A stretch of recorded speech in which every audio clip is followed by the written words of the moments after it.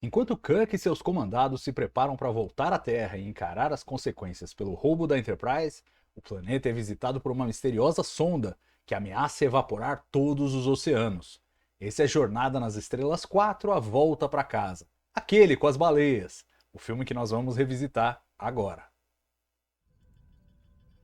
Bom, Jornada nas Estrelas 4 representa o fim de uma trilogia, né? Nós tivemos praticamente uma sequência, uma história só muito grande contada nos filmes 2, 3 e 4, e o quarto é esse terceiro ato dessa trilogia, é o fechamento da história, realizado aí com maestria, né?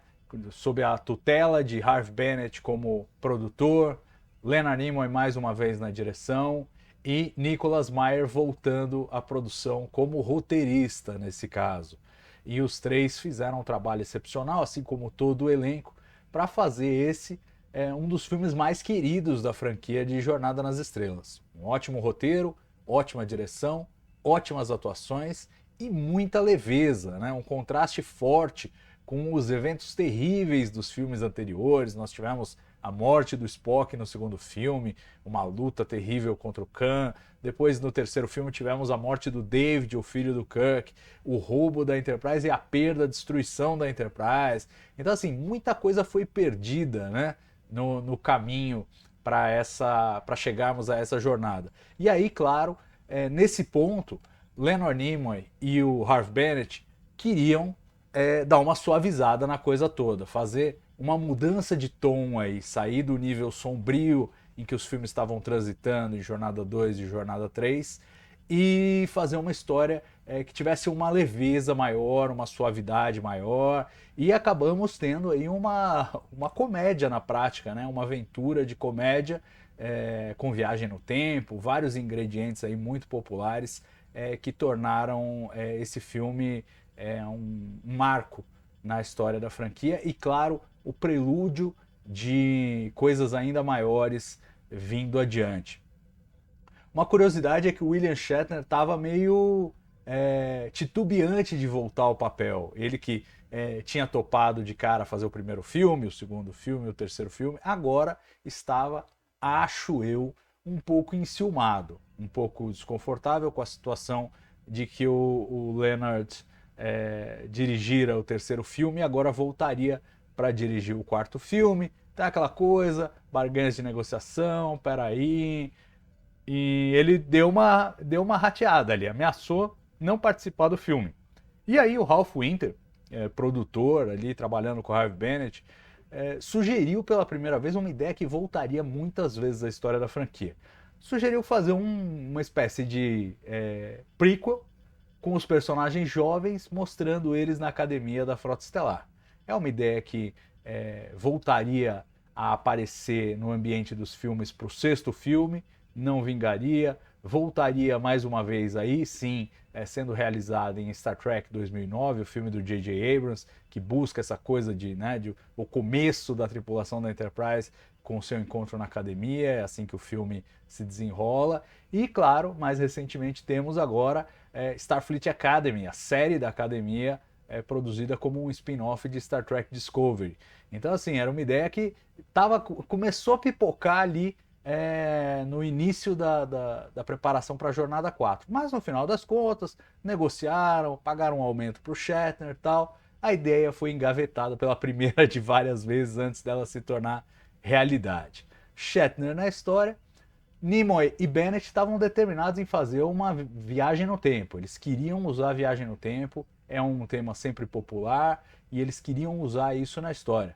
Ficaram quebrando a cabeça ali para pensar o que eles precisariam buscar no passado, né? Qual seria o motivo dessa viagem no tempo. Aí pensaram em alguma coisa ligada a fabricantes de violinos, ter que buscar um violino específico, um Stradivarius ou coisa que o valha ali, que tinha um timbre específico. Pensaram em perfuradores de petróleo, a questão ambiental, a crise e até mesmo uma doença que teria devastado a Terra se não houvesse uma cura encontrada numa floresta que havia sido destruída no passado. Então, quer dizer, já tinha aquela pegada ambiental, mas eles estavam com uma dificuldade de construir a história, achar o tema certo. Essa da doença, por exemplo, iria muito contra a noção de fazer um filme mais leve, um filme mais alegre, um filme mais suave, né, depois dos dramas do filme anterior. E com a decisão de fazer a viagem no tempo, o efeito estilingue volta a ser utilizado, né? Aquela ideia de passar de raspão pelo sol e tal. A gente já tinha visto isso na série clássica 2 vezes, né? A rigor 3, se você pensar na primeira lá na implosão lá do The Naked Time, que eles acidentalmente voltam no tempo, mas 2 para valer com intenção, né? Em Tomorrow is Yesterday é acidental de novo. Em Assignment Earth aí de propósito. Então, quer dizer, já tinham esse mecanismo, eles procuraram não inventar nada com relação a isso, se manterem fiéis à franquia. Mais uma vez, a sensibilidade do Bennett ali de buscar elementos da série clássica, mas tinha esse dilema de o que nós vamos buscar no passado, né? O que ia ser o mote para essa volta ao passado. E o Leonard Nimoy teve uma inspiração ao conversar com um cientista chamado Philip Morrison, que estava no MIT, no Instituto de Tecnologia de Massachusetts, e eles comentaram sobre a conversa, a dificuldade de ter uma conversa com espécies alienígenas, né? Que em Star Trek é uma coisa muito natural, mas na vida real seria bem mais complicado. E aí é que surge a ideia das baleias jubarte, o seu canto misterioso e tudo mais. Essa história do encontro do Nimoy com o Philip Morrison é uma história que eu acho muito especial, não só porque é interessante ver a sensibilidade do Nimoy para buscar a melhor história para esse filme, mas porque ele me contou pessoalmente, numa entrevista que fiz com ele em 2003, por ocasião da vinda dele ao Brasil. A gente se falou por telefone, foi um momento emocionante para mim. Então, nada melhor do que deixar o próprio Leonard Nimoy contar essa história para vocês, como eu vou deixar agora. I had occasion to meet with Philip Morrison at Massachusetts Institute of Technology when I was preparing the Star Trek story that I was writing for the Star Trek 4 movie, Star Trek 4 The Bridge, which became a movie about the plight of the humpback whales. And I had a very fascinating conversation with him in which I said to him, there was a movie called The Day the Earth Stood Still. I asked him if he was familiar with it. Are you familiar with it, Salvador? Yeah, it's a Robert Wise new movie. That's right, yeah. And I asked him if he was familiar with it. He said vaguely he remembered the film. I reminded him that there was a scene in that movie in which the character played by Sam Jaffe, who was sort of the model on Albert Einstein, was a major scientist in the United States, struggling with a problem on a blackboard, a very complex equation for which he had not found a resolution. And the Michael Rennie character, the man from this other planet, came in and saw this unfinished equation on the board and simply chalked in the appropriate answer. When Sam Jaffe, as this character, scientist character, sees the solution on the board, he comes to understand that somebody with a knowledge beyond his has visited here and put that answer on the board. And when he discovers that it's the Michael Rennie character, he says to him, there are a number of questions I'd like to ask you. The suggestion is that he would ask him to give some answers to questions that have been plaguing mankind. God knows what. What is the cure for cancer? How do you resolve this issue, that issue? What about the expansion of the universe? Can you talk to me about it? What do we not know that you know? And I asked Philip Morrison, I said to him, if you were in the presence of that kind of an alien who had that kind of intelligence, what questions would you ask? Morrison is a major, highly respected astrophysicist. And he said to me, it's not going to work that way. He said, if and when we come in contact with an alien intelligence, it will take a tremendous amount of time, if ever, before we are able to communicate on ideas like that. He said, science fiction suggests that there's another universe that is perhaps 100 or several hundred years ahead of us in knowledge, and that we are all running on a parallel, similar track. That, he said, is simply not going to be the case. They may be of an entirely different organic construction. Their minds may work entirely different than ours. We may never be able to successfully communicate with them. And it was that conversation that helped me to understand that, yes, there is in science fiction this suggestion that we will find a way to communicate, to talk to aliens, and they to us. And some will be more primitive than us, and some will be more sophisticated than us. And it was that conversation which led me to the use of the humpback whale in a whale song in Star Trek IV, The Voyage Home. Because I began to understand that in that whale song, there was a communication taking place between whales that was not intended for humans to understand, and that we might never understand it as much as we try. Bom, concebida a história em linhas gerais, né, eles foram atrás de roteiristas, e o Nicholas Meyer não foi o primeiro a ser procurado. Antes eles contrataram uma dupla chamada Steve Mearson e Peter Kreitz. Eles foram chamados para fazer o roteiro, e eles tinham uma missão muito especial, porque àquela altura havia um ator muito famoso da Paramount, que tinha feito grande sucesso na Paramount, querendo participar do filme. Ed Murphy, é isso mesmo, Ed Murphy, um tira da pesada, tinha acabado de fazer um grande sucesso com o primeiro Um Tira da Pesada, de 1984, era fã de Star Trek e queria participar. Então a missão dos roteiristas era colocar o Ed Murphy no filme, fazer o encontro da tripulação da Enterprise com o Ed Murphy.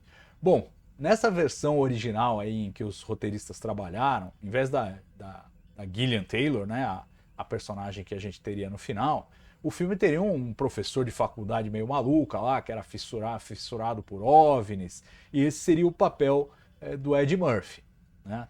No final das contas, o próprio Ed Murphy achou que era melhor não entrar nessa, optou por estrelar em O Rapto do Menino Dourado, filme que foi lançado em 86 também, na mesma época de Jornada 4, e aí acabou deixando o papel e levando a uma reescrita, naturalmente, do filme para adaptar o personagem para o que viria a ser a Gillian Taylor, interpretada pela Catherine Hicks. O estúdio também ficou aliviado com o fato de não ter dado certo, porque havia um certo temor, assim, você pega um ator de muito sucesso que enche os cinemas e faz grande bilheteria. Você tem uma franquia de muito sucesso que enche cinemas e tem grande bilheteria.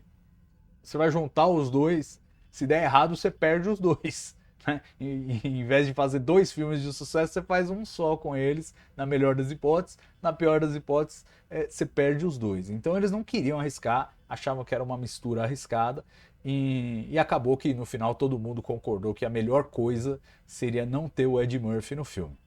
Mas o roteiro, mesmo adaptado, estava deixando a desejar. Aí é que vem a chegada do Nicholas Meyer.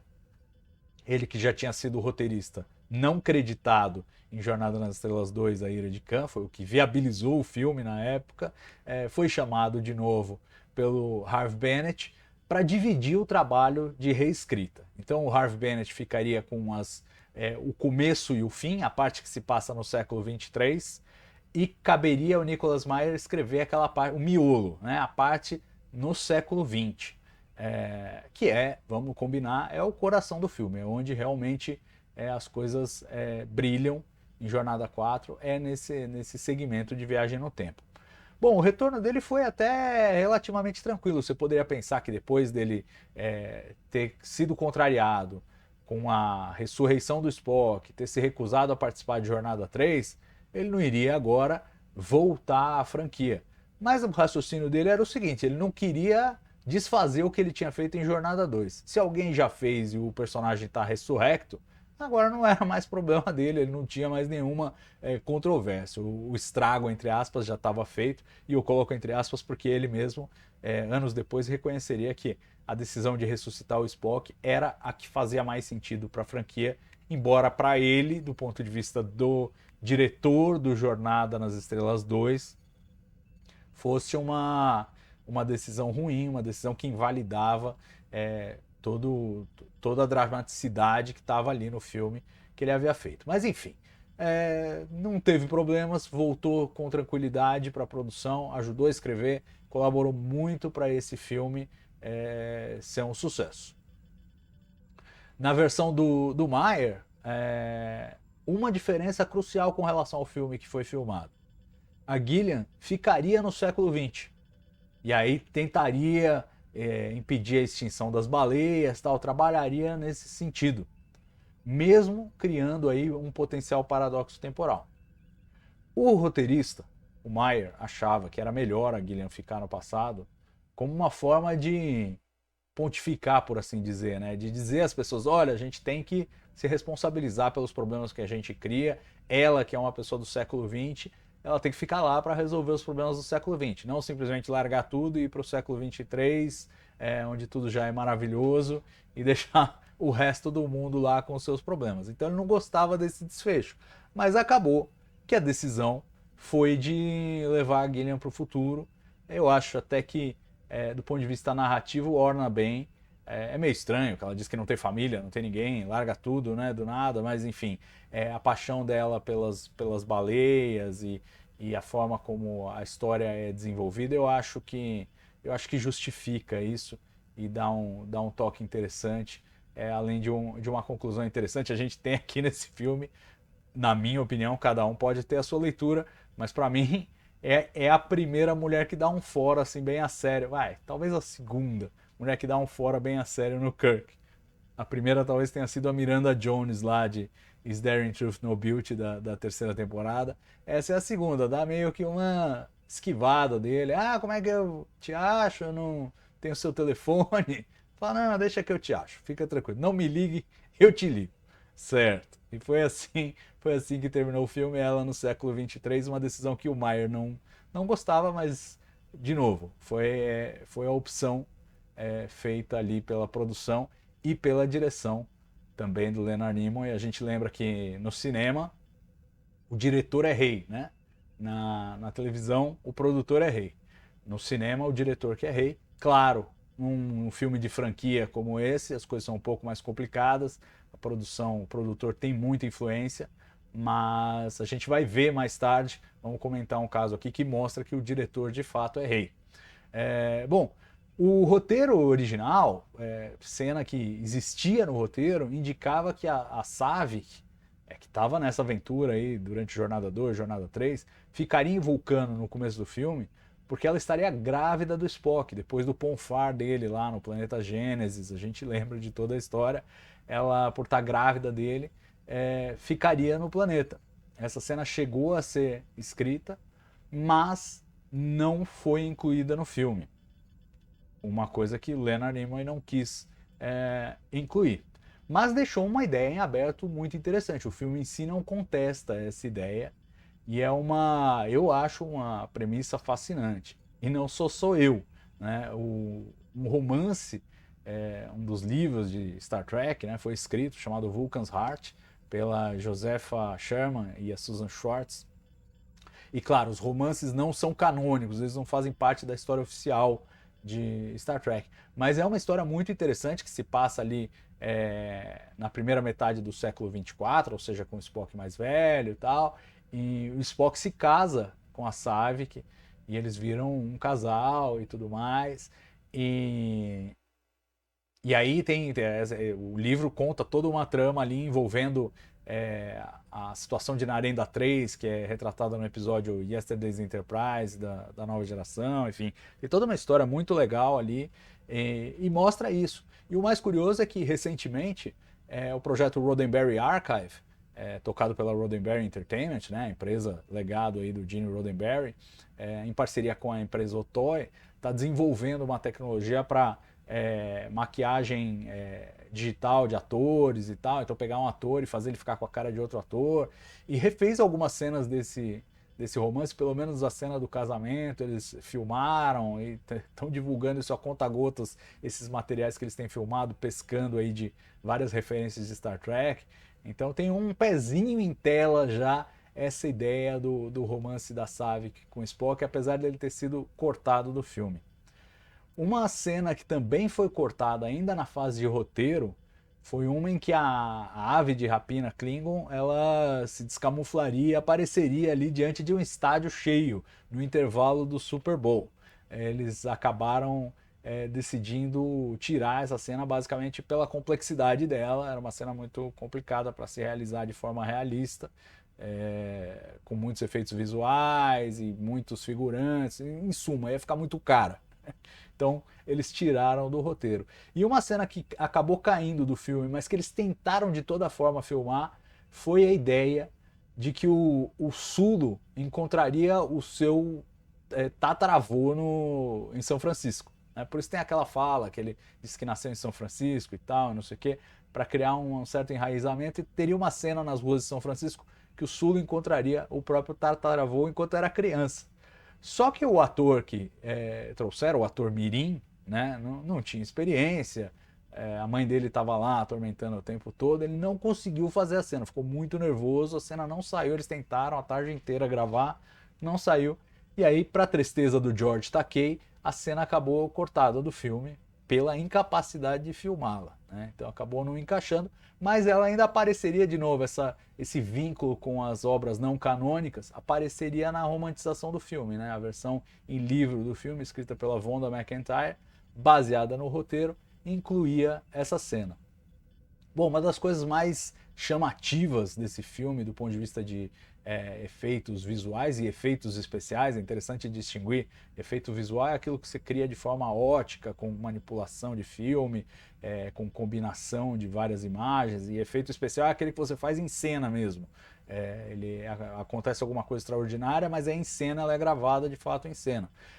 E é o caso das baleias em si, né? Quer dizer, a maioria das cenas de baleias foram filmadas com modelos animatrônicos, ou seja, robôs. Né? Os robôs tinham 1,20 m mais ou menos, e eles foram colocados num tanque, no estacionamento ali da Paramount, e filmados. E o realismo ficou tão grande que algumas instituições de defesa dos animais foram criticar a produção, porque vocês se aproximaram muito das baleias, não pode filmar desse jeito, não pode fazer isso, mas para surpresa deles descobriram que a imensa maioria das cenas que a gente vê das baleias são de fato robôs ali, não são baleias de verdade. As poucas imagens que tem de baleias de verdade são mais distantes, são realmente filmadas mais à distância e não foram filmadas por eles mesmos, foram colhidas aí com gente especializada que faz essas filmagens e tal. E as cenas das baleias debaixo d'água foram filmadas numa piscina, não no tanque do estacionamento, mas numa piscina, numa escola ali da região de Los Angeles, né, onde você tem umas imagens mais bonitas das baleias debaixo d'água. Aquela que a gente vê a baleia passando e a ave de rapina já na água, aquela sim foi feita no estacionamento da Paramount. Era um antigo tanque que eles filmavam, faziam filmes de piratas ali, resolveram encher de novo e reutilizar para fazer essa sequência. E aquele rabo de baleia que aparece ali, aquilo também é um animatrônico, né? Ali só do rabo dela para fazer aquela cena. Tudo bastante convincente. É difícil a gente ter a noção de que não são animais de verdade no filme, embora pouquíssimas das cenas realmente envolvam animais. Bom, o plano original para o lançamento desse filme era que acontecesse durante o verão americano de 86, mas as filmagens acabaram sendo atrasadas para permitir que o William Shatner mais uma vez concluísse seu trabalho naquela temporada da série Carro Comando, T.J. Hooker, né? A série que ele fazia, era uma das condições, e com isso houve um pequeno atraso, eles ajustaram o cronograma e o filme acabou sendo lançado mais para o fim do ano, em novembro de 86. As filmagens ocorreram de 24 de fevereiro de 1986 até cerca de 3 meses depois, um pouquinho menos de 3 meses. Tinha um cronograma previsto de 55 dias, mas as filmagens foram tão eficientes que elas acabaram sendo concluídas 3 dias antes. O que, claro, é música nos ouvidos da produção, porque menos dias de filmagem significa menos custo, né? E a gente sabe que desde o primeiro filme sempre foi um ponto crítico para a Jornada nas Estrelas manter aí os custos sob controle. Isso não quer dizer que não tenha tido turbulência durante essas filmagens, né? Já era o segundo filme do Leonard Nimoy como diretor. O primeiro ele estava, digamos, em teste, né? Estava ali sendo testado. E agora, já depois de ter feito o filme ter feito sucesso, ele volta para esse segundo muito mais, digamos, convicto, né? Muito mais poderoso, digamos assim, muito mais determinado a fazer valer suas opiniões. E isso começou a criar atritos com o Harve Bennett. O Harve Bennett, o produtor, que estava preocupado, ainda achava o Leonard um diretor inexperiente, mas e por isso até o Harve Bennett passava mais tempo no estúdio do que normalmente ele passaria, acompanhando as filmagens e tal, os cenários. E ele mesmo admitiu, o próprio Harve Bennett admitiu que fez isso, que era incomum, mas e ele não teria feito se fosse um diretor mais experiente. Como era o Nimoy, ainda no começo da sua carreira como diretor,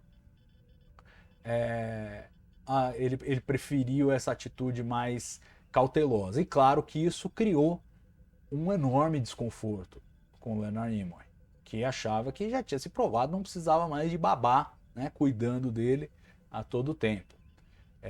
Além disso, eles tiveram uma desavença por conta das cenas da sonda. No final do filme, quando a sonda e as baleias conversam, entre aspas, o Harve Bennett queria colocar legendas para que o público entendesse qual é a conversa, o que elas estavam falando. E o Nimoy repudiou. Talvez inspirado pela conversa com o Philip Morrison, né? Do tipo, olha, a conversa das baleias não é uma conversa feita para a gente entender, não dá para legendar, não é uma coisa traduzível assim. E o Nimoy bancou ali uma decisão meio, né, naquela vibe mais ficção científica hardcore, assim, uma coisa dura, uma coisa tipo, não, vamos deixar o mistério. Elas falaram o que elas tinham que falar. E tudo bem, a gente entendeu que elas conversaram e tá bom já, não precisamos de mais coisas. E o Harve Bennett queria as legendas. No final, prevaleceu a visão do diretor. O diretor é rei num filme de cinema. Mas criou uma rusga. O Bennett chegou a ser convidado a sair das gravações, tal. Foi uma situação realmente desconfortável durante a produção, que no mais foi muito bem. O elenco já estava acostumado com o Nimoy nessa função, né? E encarou muito bem a direção dele, deu tudo certo. Uma das histórias mais pitorescas durante as filmagens foi naquela cena em que o Chekhov e a Uhura perguntam ali para várias pessoas passando na rua sobre os tais dos navios nucleares, né? Nuclear vessels. E a instrução para todos os figurantes que participaram daquela cena era interagir com os dois, mas não falar com eles, não podiam falar. Mas aconteceu de uma mulher, a Laila Saracalo, ter falado. Ela chegou e falou. E a cena ficou tão natural que o Nimoy decidiu manter ela no filme. Então ela tá lá no filme, aquela que ela fala, não, eu não sei, é do outro lado, em Alameda, não sei o quê. E ela ficou no filme, só que aí criou um problema, porque o figurante tem todas essas regras, né, de sindicato. O figurante ele não recebe tanto, o ator ele precisa estar sindicalizado para fazer um papel de ator, e para falar ele tem que ser ator. Então aí tiveram que botar a Saracalo no sindicato de atores para poder acreditar, para poder pagá-la adequadamente, porque ela fez essa fala espontânea, foi uma fala improvisada, não estava no roteiro isso. Então é uma cena curiosa. As cenas no Instituto Cetáceo foram filmadas no Monterey Bay Aquarium, e as sequências do porta-aviões não foram filmadas a bordo do USS Enterprise, porque é um porta-aviões nuclear e nem estava por lá, mas usaram o Ranger, que era um navio menor, né, mas que serviu bem a função. Inclusive os figurantes eram todos tripulantes do Ranger. O filme foi lançado em 26 de novembro de 86, é dedicado à tripulação do ônibus espacial Challenger, que tinha morrido em janeiro daquele ano num acidente espacial terrível. né? E esse filme marca a última aparição da Majel Barrett como a Christine Chapel. Ela voltaria em outro papel em Star Trek adiante, mas como Christine Chapel é o último papel. E a introdução de Brock Peters como o Almirante Cartwright. Aqui ele tem um papel meio discreto, mas ele voltaria forte em Jornada nas Estrelas 6 e também viveria o pai do Benjamin Sisko em Deep Space Nine, Joseph Sisko. O filme, curiosamente, tem alguns merchandisings, né? É incomum isso em Star Trek, mas tem alguns merchandisings. Então, tipo, aparece lá a cerveja Michelob, um Macintosh da Apple, a Pacific Bell, né? Páginas amarelas e tal. Estão marcados no filme. E, no final das contas, o resultado foi muito bom.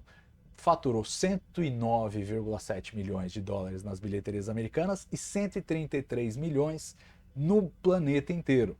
Com um custo de 26 milhões de dólares, de novo, foi mais um grande sucesso, talvez o maior sucesso aí dos filmes da série clássica, e assegurou mais uma continuação. E mais uma coisa, deu coragem para Paramount Pictures, pela primeira vez, cogitar e executar o retorno de Star Trek em live action na televisão. Mas essa é uma história para outro momento.